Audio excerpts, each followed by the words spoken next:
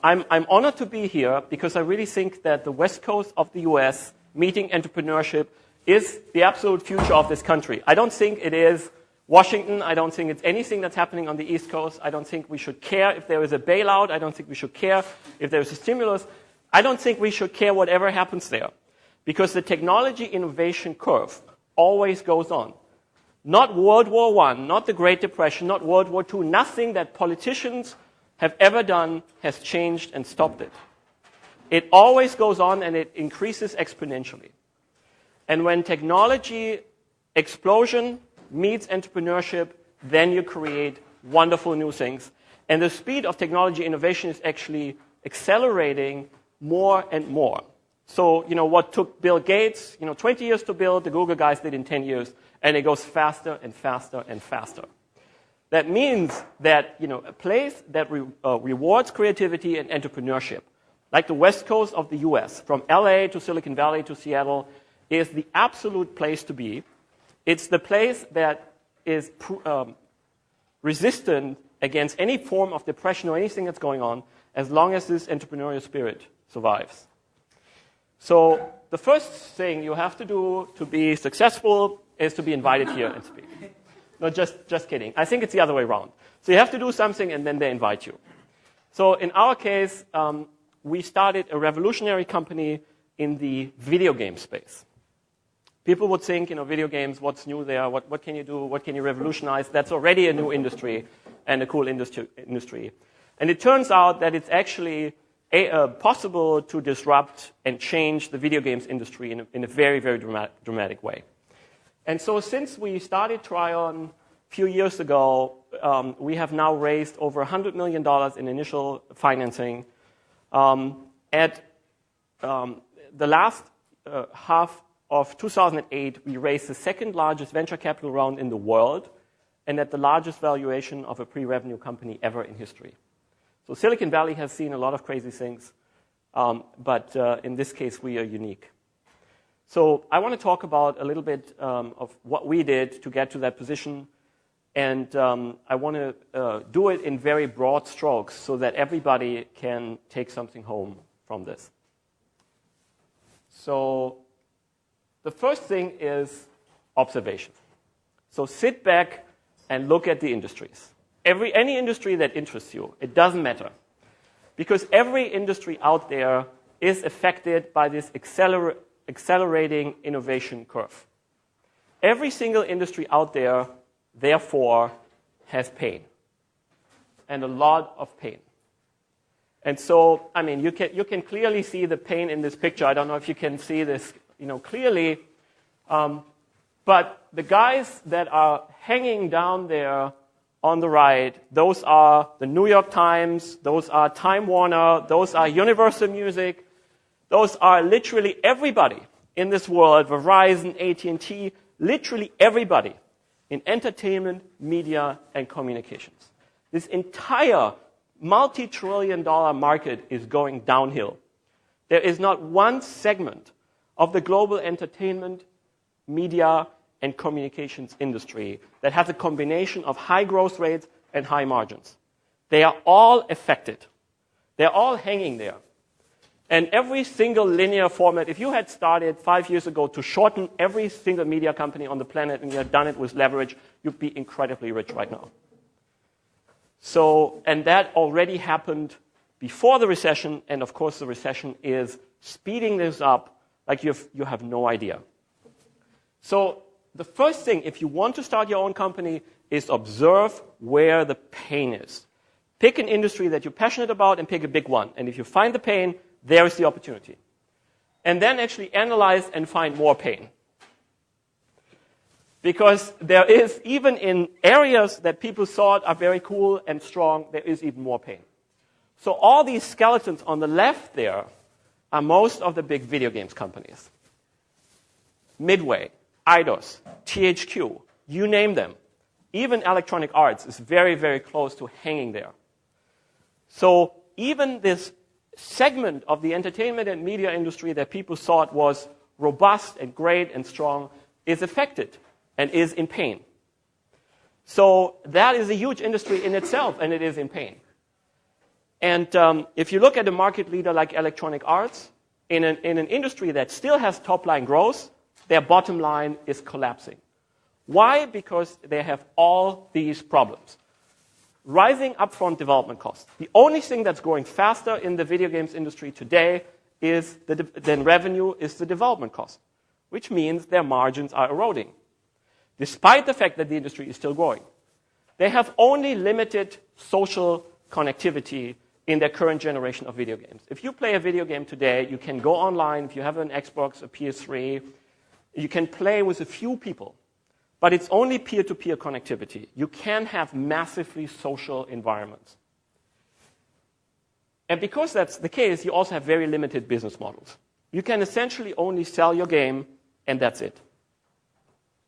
And then you have all these suckers. You have the platform providers that take 25% of your top line. You have the retailers that take 25% of your top line. You have the pirates worldwide that are exploding, and you have the used markets that are killing the space.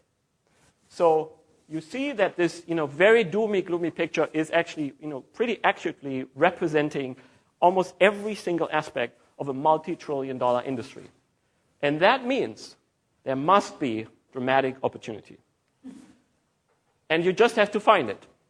And even in this picture, there is some light there. And it's up there in the clouds.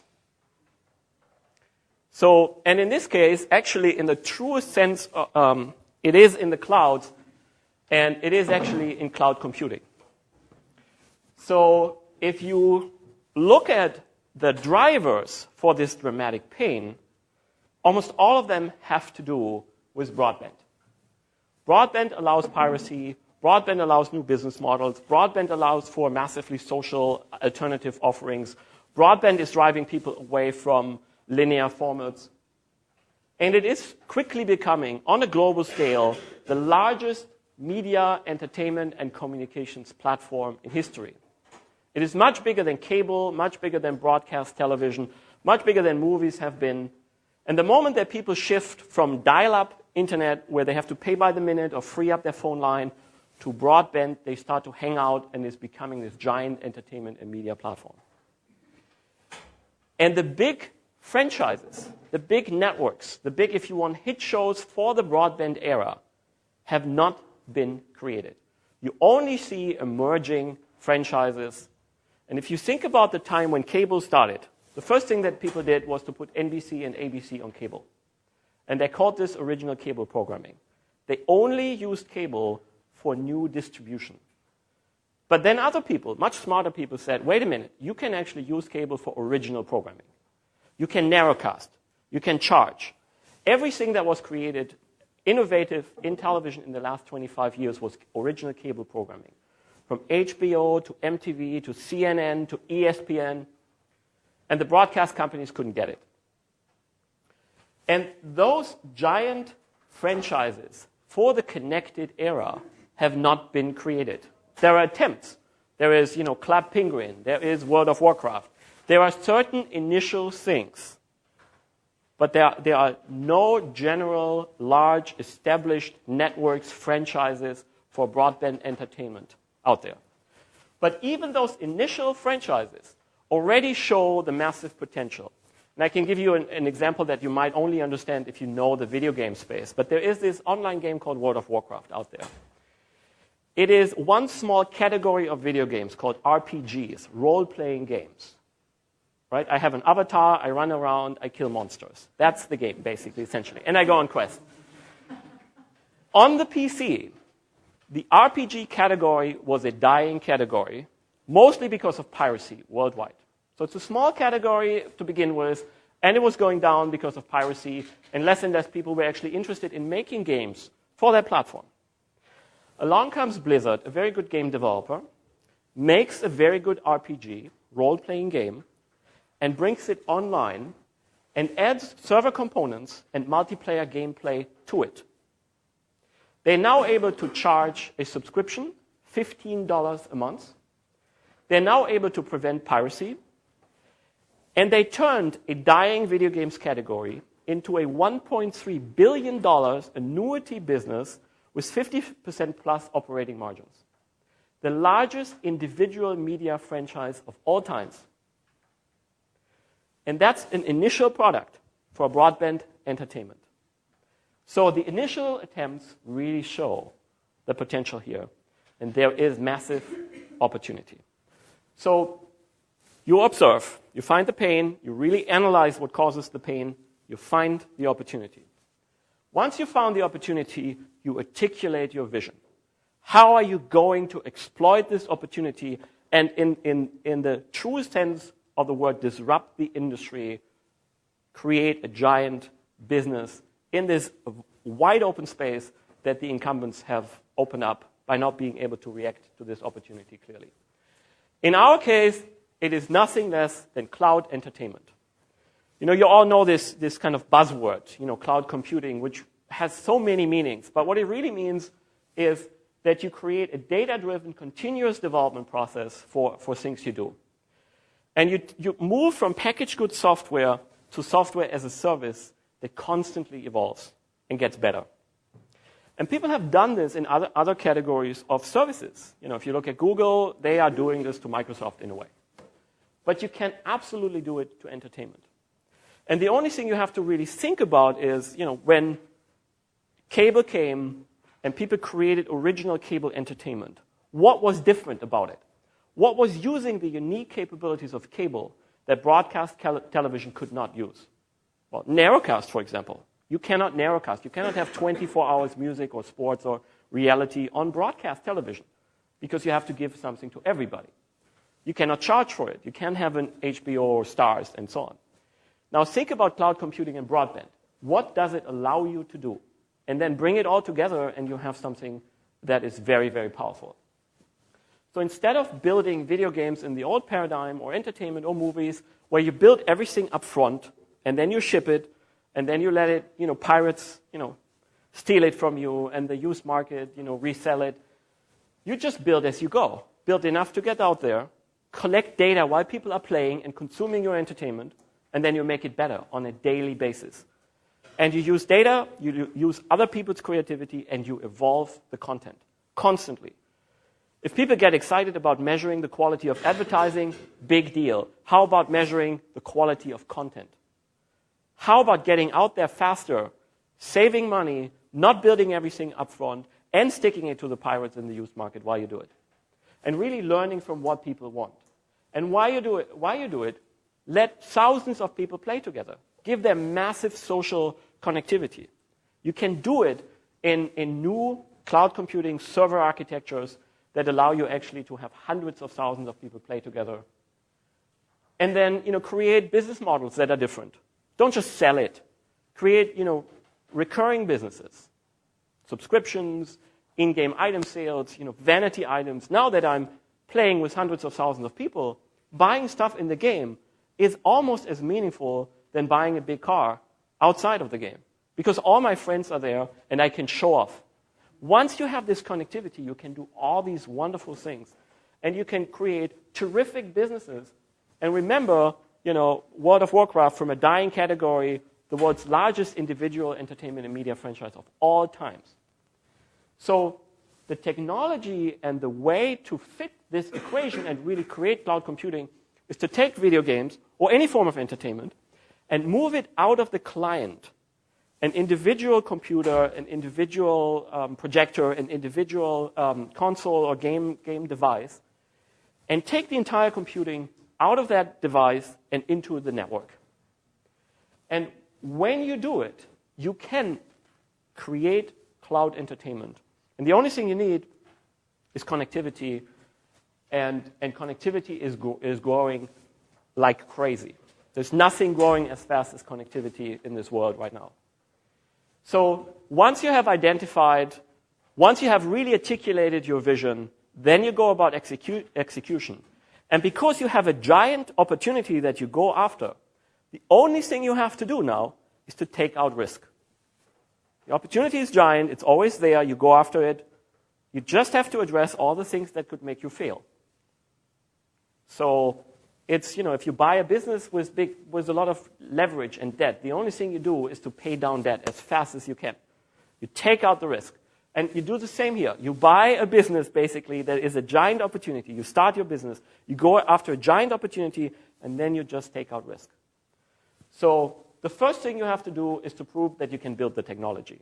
So start small, build a prototype, show that you can do it. We did this at the beginning of 2006, where we raised our first venture capital round very, very quickly, typical Silicon Valley A round. We didn't go and say we need $100 million. We raised a small round, and we proved it out very quickly. And after we proved it out a year later, we then brought in 3 of the world's top 5 media companies: Time Warner, NBC Universal, and Bertelsmann, Europe's biggest media company. They have incredible assets. They have everything from Warner, movie studios, to Universal, to HBO, to the Sci-Fi Channel, to Bravo, to RTL in Europe, to Fremantle Media that does all the American Idol shows. So terrific portfolio of assets, amazing partners, and they also have pain, and they want to be in the new world. So about a year after we had our first round, we raised our second round, and we raised $30 million just by having a really good technology prototype. And we raised money now to build applications on that platform, build franchises. And then we went and signed up talent, literally across the board. We are based next to EA here in Redwood City, and we have a lot of their best engineers, artists, designers. We are next to Sony Online in San Diego, and we have a lot of their best engineers, designers, artists. And we're next to NCSoft in Austin, Texas, and we have more than a lot of their best people. And we also have started then to work with external developers, anything that gets you to scale. And in the games world, you have these great setups of people across the world that love to make great content, but of course cannot build a large-scale, fully server-based technology architecture, don't have the money, don't have the media partners, don't have all the things that you can bring. And then finally, even another year later, this summer, we raised our third round of funding. We raised another $70 million, 70. And it was the second largest VC round in the world in the second half of 2008. And that is important because we really don't want to build just one game. And if you build one game, then you bet on having a hit show. What we want to be is a network for a next generation, for broadband entertainment. And the network, of course, builds their own shows and uses their own creativity, but also promotes and uses other people's creativity for scale and for risk reduction. And it's all about the portfolio that you build. So in our case, we built a tremendous platform that is industry-leading and revolutionary, that allows you literally to treat games or any form of entertainment as cloud computing, that we can now scale by building applications on top of it. Some we build in-house, some we build with external partners. And so we scale. And every single step by raising more money, hiring better people, proving out the technology, getting the right partners on board, and even going from one hit-driven to portfolio and network, we took out risk.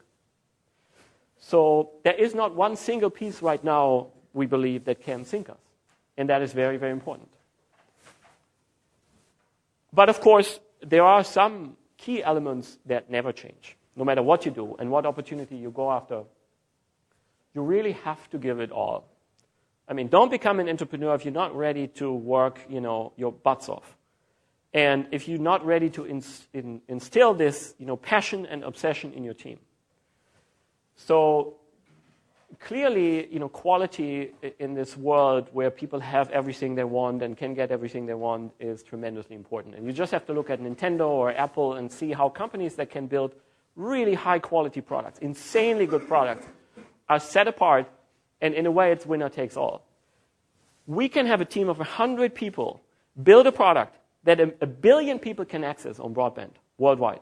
And if it's good, you will have an absolutely spectacular success. If it's decent, you still have a good product, but it's an order of magnitude smaller.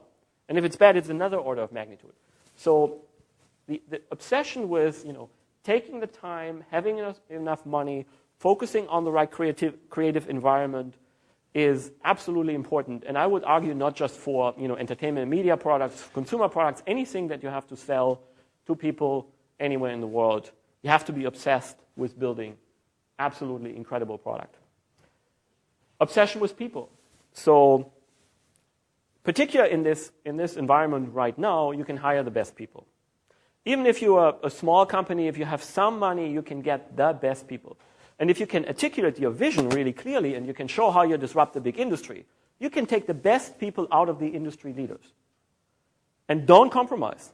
Take the absolute best. And for me, best means they are extremely talented, they have the right experience, and they also culturally fit with your company, with your vision, and what you want to do. And if even one of those three is not top-notch, then don't hire that person. And if you have already hired a person that is not AAA or turns out to be, then it's a perfect year to replace that person with somebody that is really AAA. I mean, I would argue that this is the best year in a long, long time to start a company because of all these things. The technology innovation curve is exploding. Traditional incumbents are all suffering. People want to get out there. And if you have a realistic alternative, they follow you. And then, of course, be obsessed with efficiency, culture. So if you build something complicated, you can only do it as a team. Make sure that everybody understands that they have to make communication and teamwork an art. An art. They have to be their best in terms of teamwork and communication, not just the best as individual performers. Otherwise, you will fail because it is getting so complex. But if you all do this, I think there is an incredible opportunity out there to build fantastic businesses. And, from my perspective, my great passion is, of course, that everything will be networked. And I think, we had this giant IT revolution that was driven by Moore's Law. And boy, was that strong. I don't know if you heard of Moore's Law. Moore was the guy at Intel that basically said, chip capacity is essentially doubling every 18 months. It's an exponential law, and it essentially means that for a long time you feel and see nothing. And then it takes off dramatically. And of course, today a cell phone has more capacity than a supercomputer in the 60s or 70s. And that's Moore's Law. And that's extremely powerful. You can do more with your smartphone today than the world's biggest supercomputer could 30 years ago. That's Moore's Law. But there is another law, and unfortunately it's not called Butler's Law, it's called Butter's Law. That was a guy at Bell Labs, I believe, who said that fiber optics and essentially broadband capacity doubles every 9 months. Now, can you imagine that? If Moore's Law has revolutionized the world by doubling every 18 months chip capacity, if connectivity doubles indeed every 9 months, it's going to be the most insane transformation that we will see in our lifetime. And it has started now. You have critical mass of broadband anywhere in the world now, and if the backbones double capacity so rapidly, it not only means that the network and the user is connected at faster and faster speed, it also means that you can connect computers to each other at faster and faster speed. So instead of building one machine that does it all, you just stitch thousands, hundreds of thousands together. And we are doing this now on the server side. It essentially means you have unlimited computing power because the computers can communicate with unmeasurable speed. And so everything will be connected. Everything will be a service. That's I think, becoming more and more clear. And it starts with entertainment and service applications because that's so close to data. And jokingly, we're going to connect humans and the network first. And in a way, you have the matrix there. You can argue that these big virtual worlds are very close to it. You only have to really get it straight into your brain, and you're done. But you can also see, telematics, basically the connection of machine and network taking off big time. I mean, the army is building, giant networks to put all their drones and robots on networks. You see it, cars that are becoming connected. And with this explosion of connectivity, that's a huge new frontier. And then finally, everything is connected. Humans, machines, the network is really taking over. And it is creating fantastic opportunities for entrepreneurs. So find the pain, analyze the pain, find your opportunities, articulate your vision very, very clearly, then you will have no problem attracting great people, attracting money, even in today's environment. Absolutely no problem. You can take them out of the biggest and best companies. And then you can have the biggest and best companies finance you. And then you can disrupt them. And that's it, basically. And don't give up if the environment doesn't look so good, because the technology innovation curve is exponentially growing, and no World War and no Great Depression has ever stopped it. All right, so that's the presentation, and I'm happy to take some questions. Sure, yeah. First question, I'm guessing you went out of business school, you weren't gaming your way through the MBA program. So how exactly did you find this opportunity? You need to be in the game business. Right. Well, you can either be in the industry, or you can look at it from the sidelines, or you can meet people that know the industry really well. I mean, I think in this case it was very obvious. I saw it actually before I went into the game space. When I was at Harvard Business School many, many years ago, I wrote a paper with the guy called Clayton Christensen. He wrote the book, The Innovator's Dilemma. I don't know if anybody of you know that book. He was my general management professor at Harvard Business School. Great guy. And the paper was about this. It was basically saying you have all these waves of disruption in entertainment and media, and broadband is going to be the biggest disruptive force of all times in entertainment and media. And that is now happening. So I think once you know that there is a big opportunity, you have to wait for the right time and get yourself in place. And you can get yourself in place by going to a company that is a disruptor, that is going to be disrupted. You somehow get yourself in place. But you had no experience in this space. Well, before I started Trion, I was the vice president for global online at Electronic Arts. But I got to Electronic Arts because I felt that this big disruption was coming. And I wanted to see if they can be a leader, if they would be a disruptor, or they would indeed be disrupted. And you see where I'm now. So I made my judgment call. Please. So, you say that, you have to get the best people, and I think everyone from Microsoft down to the smallest startup says that they've got the best people. First of all, who's wrong? Who actually has the best people, and how do they identify them? In terms of, you bring someone in, you meet with them for a day, how do you know that's the best people? So I think at the beginning, the incumbents have the best people. That's where they are, right? That's where you find them. That's where you find the people that have great experience in the space. But the moment that the incumbents get in trouble and growth slows down, it is becoming clear to the smartest people that something new is coming. And that's when the incumbents become vulnerable. It will happen to us at some point, right? I mean, I hope I'm on my boat in the Caribbean then, but just kidding. But that's when the incumbents become vulnerable. And when the timing is right, and you really hit this nerve of the industry, then you can actually go after the best people. And I personally think, the best are these combinations of people that not everybody is right for a startup.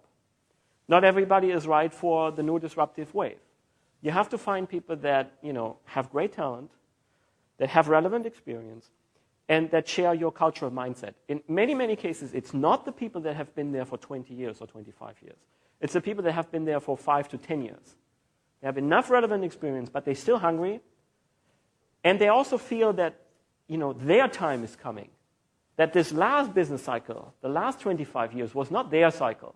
Their cycle is coming. And that's the caliber of people that you want. And how do you know who they are? If you were to say you need a great global engineer, how would you go about getting them? Well, I mean, you have to have, everything in life, have to know people, you have to speak to people, you have to communicate a lot, and you have to ask a lot of questions. And if you identify one good person, I bet that they can tell you, the names and the contact information of 20 more. Just focus your entire energy on finding one really good person. Go to conferences. I mean, if you're in the industry, it's easy. And if not, then just focus your energy on finding this one really, really good person. Make him your business partner or make him your first employee and go from there. Please. Now, very good story. I like the way you talk about how systematically you went about reducing risk.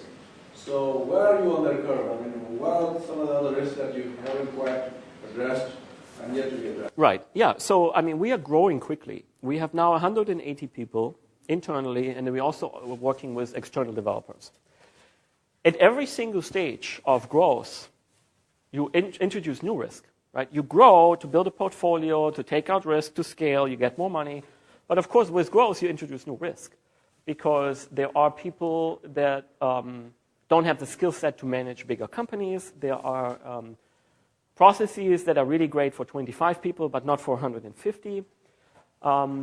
And so you have to stay paranoid, across, all the time. And I think, growth is one of the biggest risks, I think, to the organization. And, we kind of, I wouldn't say we constantly restructure, but we constantly think about how we improve the process, how we adopt the culture to being bigger without losing the feeling of being, a creative startup. And I think that's probably the biggest risk. Talk about some of your adoption rates, how many people are signing up every day? Yeah, so right now, everything we do behind closed doors. So we have several products in development, but we don't have an open playing session yet. So we're already collecting information, we already have people playing, but it's very close to our chest. So we're using that as an advantage, being able to essentially get direct feedback, measuring content quality, process quality, to improve the product and to polish them. These products aren't available yet? No. So when you start out, you mentioned the fact that you measure the quality of your content. How exactly do you measure the quality? Well, in a simplified way, you have to imagine that your entire game world now is a database. That's it. So everything that people do creates a database entry. And of course, that shouldn't sound like Big Brother. It's we can mind data in a more collective fashion. So how many people go to a certain area, how many people play a certain quest, how many people succeed too fast, how many people come back to something. And so you can actually mine a tremendous amount of data. And the learning curve is actually to figure out what to look at. If literally everything creates a data entry, then what is the relevant data? And if you can nail that, it's a huge advantage for you. One of the problems you face with some of the, again, like World of Warcraft, for instance, has actually reinvented itself 3 times over the last few years. Mm-hmm. You get a big launch event happening. And that doesn't seem to work terribly well enough. What you almost seem to need is to have a continuously evolving, as you were saying, continuously evolving thing going on. Yeah. But that kind of runs counterintuitively to how software companies operate. Mm-hmm. They sign a project, Mm-hmm. they work to it, they launch. Yes. So Yes. could you say a little bit about I think that's absolutely brilliant, and that's one of the key reasons why most software companies are hit so hard by cloud computing and software as a service. The entire culture, the way that the teams are set up, is for batch production essentially, right? You build it, you ship it, you roll over to the next thing, and that in a big way prevents you from being very, very successful in the new world. Apart from you also have to meet your Wall Street expectations every quarter. You can't really take a lot of good people and put them on building a new technology platform and all those other things. So there are hurdles that are technology based, that are business based, and then there are also lots of hurdles for incumbents that are process and culture based. I think it's absolutely true. Yeah, great question. Question to software as a service. How do you build trust with consumers? Because that's what you need to do in order to sell your products. How do you do that? Well, you build insanely good products, I think. And then you identify people that you could attract as early adopters. And because it's massively social. That's not a question to the gaming environment. Right. It's more like taking it into accounting or something like that. Yeah. Well, I think, probably, again, if you find ways so that you can use peers to recruit their peers or friends to recruit their friends, I think that's the biggest trust builder. If you have a few early adopters and they like it and they speak out, and if you find ways where you can use connectivity not only for the constant updating and measuring, but also for the social piece and connect people, they become your evangelists. They become your recruiting force. And that makes it so attractive. Word of mouth, reviews. And then ideally you have applications that get better if there are more people involved. I couldn't tell you right now for accounting of how this would be, but I'm sure even for accounting, you could find ways of, if I recruit other people and we use the same tools together, we're more effective. Once you can do that, it spreads like wildfire. You do this without major funding? Well, see, we didn't do it like, now we go out and raise $100 million. We did it small, and then larger, and then larger. And we proved what we said we would do, and we did it every time during the way. And I think if you do it in that evolutionary incremental way, it's always doable. And you can always adjust to the exact amount of what you'll be able to raise and so on. I think there are many, many businesses that you could start, and even disruptive businesses that you could start without funding. That you could, start very, very small, sign up some customers, get some revenue in, and then there are bigger bets, that are really right for venture capital. If you build this, giant, game franchises, they're all black swans in a way. They could be giant, and they could fail. So that's where really venture capital plays best. And so I think you should always think, really, really hard what the structure. And for every round, we got different investor types. And the class of the investors got bigger and bigger. So that it always stayed a small bet for them. And being very mindful of what you're selling. Because if you build a company and you go to investors, then you're also selling something. You're selling a stake in an opportunity, in a technology, in a team, and you have to find the right buyer that can handle that type of risk and is actually hungry for that type of risk. They didn't limit your creativity? No, absolutely not. And you can structure the deal also in a way that they don't. You talked a little bit about talent and the people you have to this point, 180 and people internally and external. What do you see as the types of people you'll need for the next phase? Are there skill sets different from people you already have? Yeah, I think we just keep, very selectively recruiting, some people. I think we know pretty much exactly what. I mean, there's some marketing skills. There's some web 2.0 skills. There are some skills that are not typical in the games industry. But mostly we are recruiting actually people that have been in the industry for a long time, that have proven themselves, and that are this combination of, very, very strong raw talent, relevant experience, and what we perceive as a great cultural fit with what we try to do.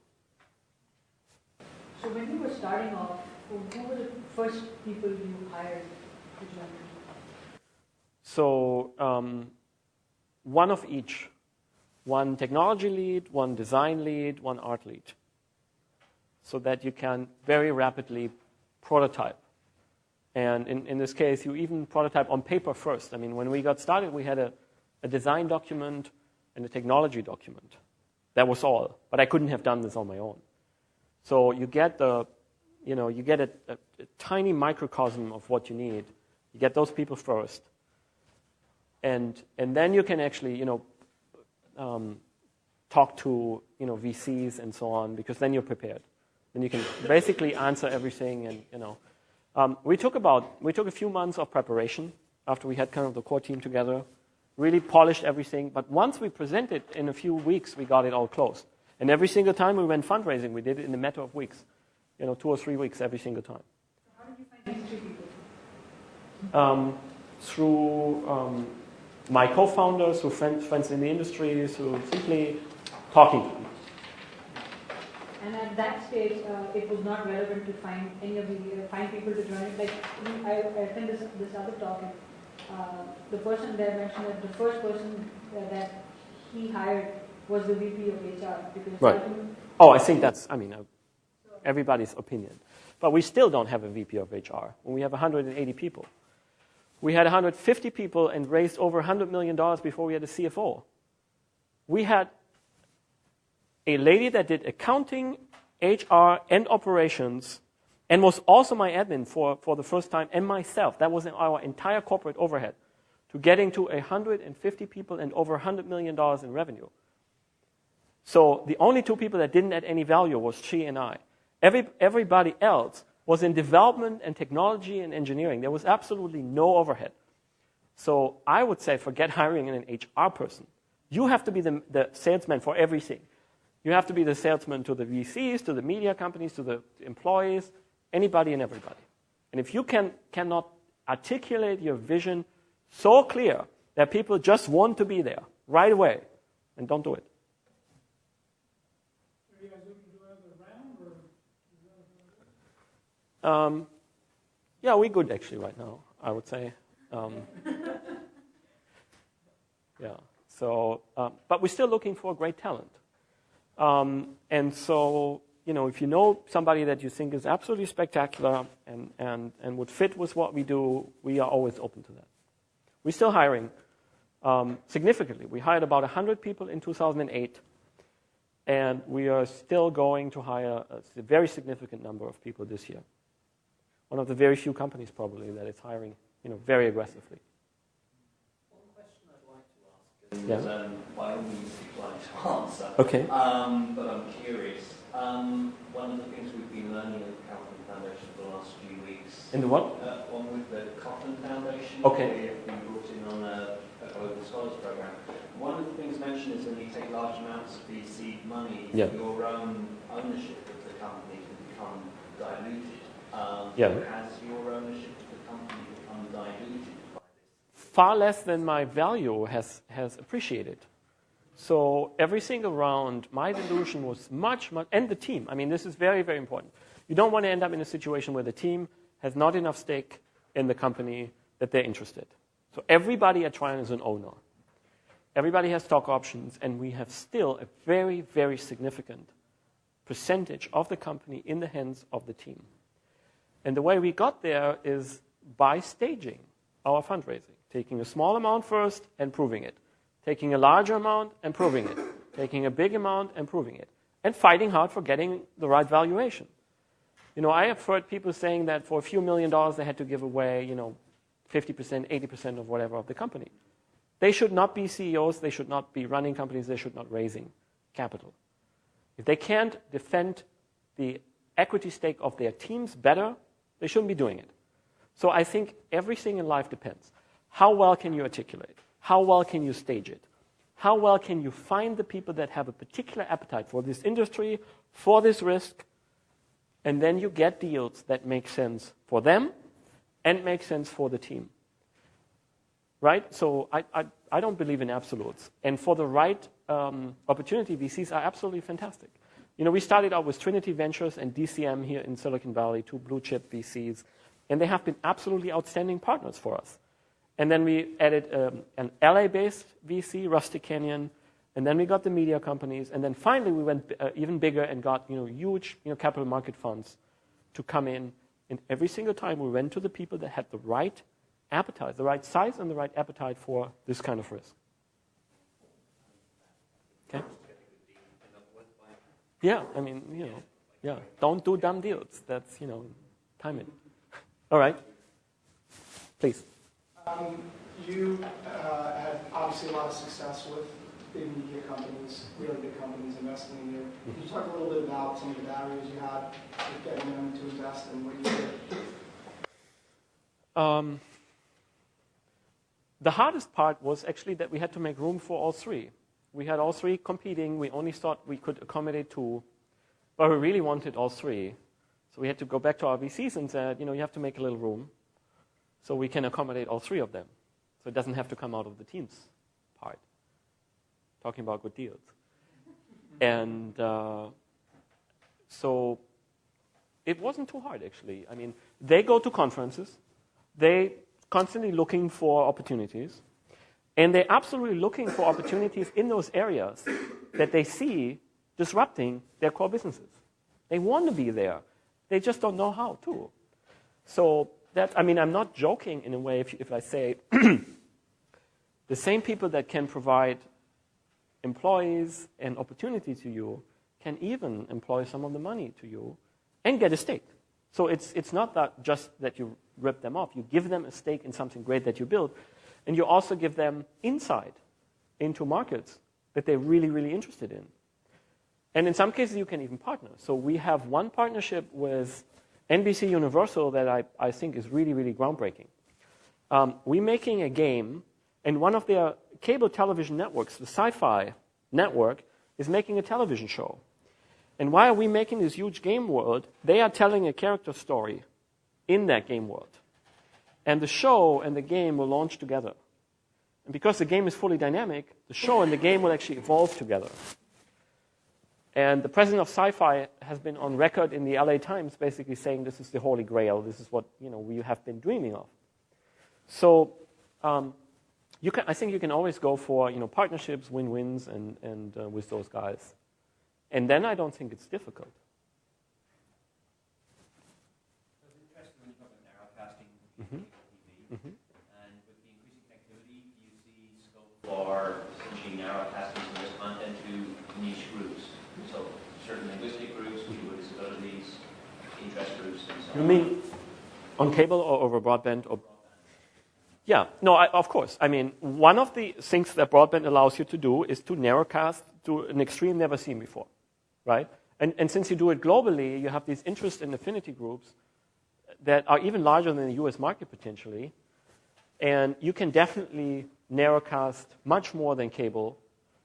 You can also charge better. It's not just subscriptions. You can sell people items or stuff, retail products. But it's not the only thing you can do on broadband. And I think that is very important. If you just think making more shows for more and more narrowly defined demographics, I think that's missing the point. Because broadband is an interactive platform that not only allows you now to narrowcast even more, but allows you to jump in and change the outcome and really influence what's going on. So every linear format is not using this power of broadband, for example. The other big power of broadband is that you can do things together with your friends. And even if you don't want to do them together with your friends, you can show off to your friends. And so community and vanity are huge on broadband, as you know. And pure linear formats that are just more narrow are not leveraging these other performance characteristics of broadband that are tremendous. Well, like linear content is more just reaching those bigger groups with a product. But then the flip side is as you go narrower, smaller groups, the feedback loop of data-driven development gets less and less attractive. And you can see Facebook, you can see YouTube. Everybody wants to become more game-like. They're adding game features. They're talking publicly how important that is because they're interactive platforms. And just linear or just people talking to each other is not sticky enough. It's not monetizable enough. So everybody tries to get more game-like because that's today the most proven form of interactivity, really, in the entertainment and media space. Generate revenue besides people buying your service. Right. Do you have some? Yeah, so a very established and proven model is subscriptions. And that's a great model. My professor at Harvard Business School, always for entrepreneurial finance, used to joke, look at downtown, all the big, tallest buildings are annuity businesses. They insurance companies, they're cable companies, they're all kinds of companies that have figured out how to get money on a regular basis. So that's terrific. The other great model is because you're connected and because you're there with all your friends, to sell items. To sell items that help you succeed more, to sell items that make you look better, and people are buying them like crazy.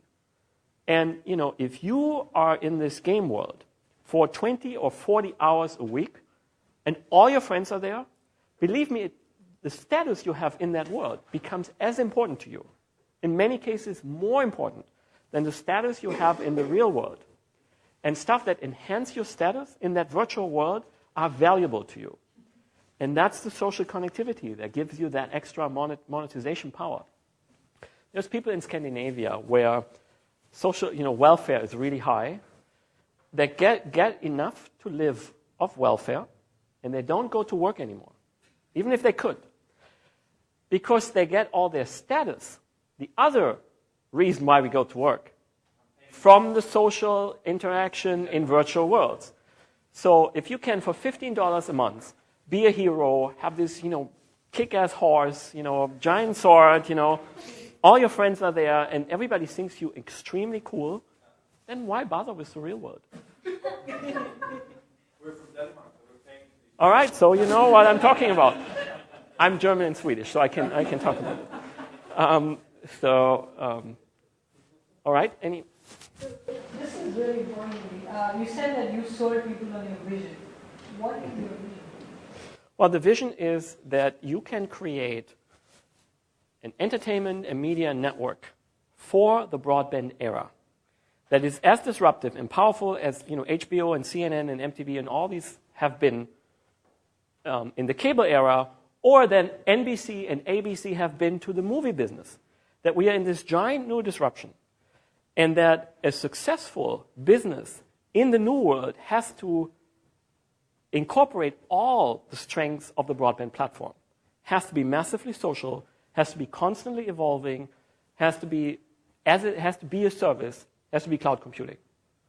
So, in another way of saying it is 30 years of growth in the games business have been games as packaged goods software. That's over. The next 30 years are games as a service, simulated on giant server platforms with connectivity exploding, with so much better performance heuristics, better business models, better margins, better growth, better everything. And that the incumbents are not able to get there because incumbents have never been able to get there in history. Microsoft could not be Google. The movie studios could not be the television companies. The television companies could not be the cable companies. The media linear companies could not be the games companies. And none of them can be the broadband entertainment companies of tomorrow. It's a natural law. So, Microsoft has the Xbox Live platform. Yeah. So there's, already a platform. Yeah, it's great. $30 billion Yeah. Funding in the bank versus, Well, they are to what we do, what Comcast is to MTV and HBO. They are one of the distributors. So if you have an Xbox and you have an Xbox Live customer, then you're the equivalent of being a Comcast customer. And we give you content. We give you HBO and CNN and MTV. I met the CFO of Comcast, or actually one of their founders, Julian Brodsky, years ago. And he said, when we started Comcast, we had, we aggregated all these people. And the only reason why we succeeded at the end is because much smarter people than we are created all these great content assets. And we could just sit back and collect money. And they started HBO, and they started CNN, and they started MTV. And so Xbox and Xbox Live is great, but it's nothing without content and applications. So we feed into Are you building a platform with your funding, or are you building the content? So we're building the technology platform that allows you to build the content applications. So the server-based platform that allows you to basically create and run and publish games of the quality of a Halo, a World of Warcraft, a Madden, but with the entire simulation done server-side in the cloud. So you can update them, change them, evolve them, have them massively social. And we can now use the Xbox, we can use the PS3, we can use any connected computer out there as an access device. The real platform is now broadband plus the servers. What has been a platform traditionally, the Xbox, the PS3, they are just access terminals now. They're there for rendering and input and output. So they're great partners. Anybody who creates a device that's connected to broadband and anybody who creates more broadband speed around the world is our partner. It's all upside for us. The good thing is, though, they are not gatekeepers in the way that cable is a gatekeeper. Because you have the Xbox, you have the PS3, you have the Nintendo. You also have PC and direct-to-consumer where you can always go. And so it's a much more open world in an IP-driven environment. You guys looked at the hybrid models where, the Xbox itself is a pretty powerful computer. Yeah. I mean, although you have cloud and all that, and you know, it's always faster to have a run on Xbox. Well, when you do a hybrid where you get a package, install it, and then some of the content comes from. yeah, I mean, yeah, of course. I mean, you're not stupid. You don't, for example, render on a server. That doesn't, in the games world, doesn't give you any advantage, particularly not at today's broadband speed, right? You do that locally. There are certain things that you use the local machines for. And every PC, every Xbox, every PS3, every Wii helps you because they already have the input-output device, they have the rendering capabilities, so they're all your partners. But the key is we're not just making peer-to-peer connectivity and server and client-based games that are static. The games can be updated constantly and evolved, and you can have massively social environments and much better business models. So I never played Warcraft 3. I played Warcraft 1, 2, and 3. I never played online, but I played Ultima Online, which was one that came out quite a couple of years before. You're outing yourself right now. And I loved RPGs, and I absolutely loved Ultima Online, and I spent lots of my time there. And I think I never left my room for a week or two. Playing that, I never shaved or anything. Right. And then once I realized that I was losing like half of my life in the game, and I stopped playing everything. And I was wondering if there's a way you can anticipate the pains that you were mentioning. Yeah. Mainly these ethical issues, or maybe confidentiality things that are quite gray in this type of platforms, or other pains that you might think may come in the future. Well, I think every form of entertainment that is very, very engaging has the risk that people spend too much time on it, and that they don't devote enough time to other things that are important in their life: their families, their kids, their job, their physical health, their friends, and so on. At least in online, massively multiplayer games, you have the social component. So at least you meet with your friends, you do things in a social environment, and in my mind, that's significantly better than just sitting there and playing on your own. But whenever it's really, really engaging, people can spend too much time. I mean, there are people in Asia that have been playing for 24 hours straight or 48 hours straight, and then die in front of their PC. It has happened.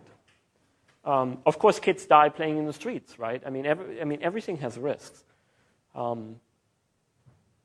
So we try not to do anything that is introducing too much violence, that is not ethical, that is not appropriate for the particular demographics that we're looking at. But the one thing you have to remember: if books were new today, a new form of entertainment, what would people say? They would say they're solitary, they're violent, they would keep you away from your friends, they don't even have good graphics, and nobody would understand why you would read that thing, right? So, in a way, every form of entertainment that's new has always faced those. This is the worst thing ever. That happened to radio, that happened to television, to movies, to traditional video games, to online multiplayer games. Everything that people don't understand or that they have not been around, whereas when they were young, they consider worse. And I'm not saying there are not bad things there, but they consider worse than everything else. And it always becomes this absolute very quickly. It's responsible for everything bad in the world. That's also a risk.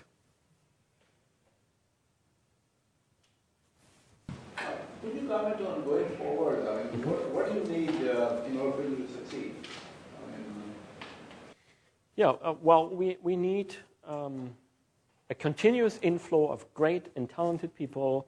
We need to be able to provide them an environment that they really like, where they feel they can be creative, where they have the time to polish what they do, and then I believe it creates a very strong positive feedback loop.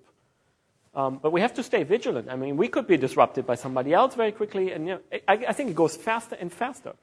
If you had 20 years in the past to build, your big business, and then somebody else came after you, you had, 10 years, maybe you only have 5 years now. You can really see it, you can sense it, how this, technology curve is accelerating more and more and more. All right? Thank you very much for your time. I really appreciate it.